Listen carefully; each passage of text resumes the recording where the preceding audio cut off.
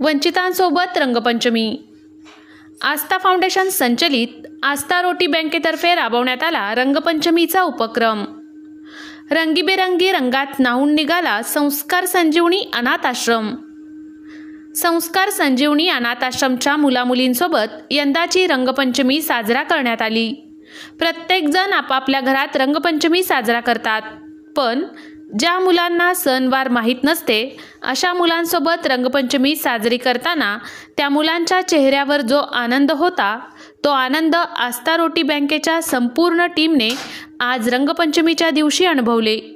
यावेळी अनाथ आश्रमच्या मुलामुलींना बासुंदी, जिलेबी, चपाती, बटाट्याची भाजी व मसाला भात असे भरपेट जेवण देण्यात आले।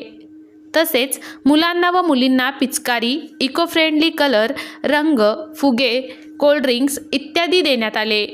संस्कार संजीवनी आश्रमचे व्यवस्थापक परमेश्वर काळे यांनी आस्था रोटी बँकेचे आभार मानले।